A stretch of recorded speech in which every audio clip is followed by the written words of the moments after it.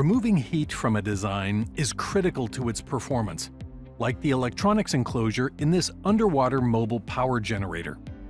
SolidWorks Flow Simulation delivers powerful, easy-to-use functionality to solve these complex thermal problems. Setup for flow simulation is simple using the Settings wizard, which guides us through the process. This example is external flow with heat conduction, exchanging heat from air to water through the enclosure. Finally, we'll add the initial temperatures and the water velocity. We'll finish the setup by defining the air inside the enclosure and adding the heat sources.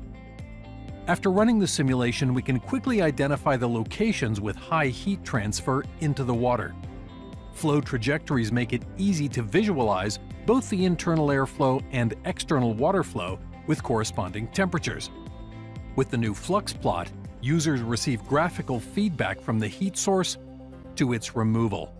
Heat sources, convection, and conduction can be separated, making it easy to see the heat path through the design. For even greater control, users can now create custom results visualization parameters using logical formulas to generate specific output from the simulation.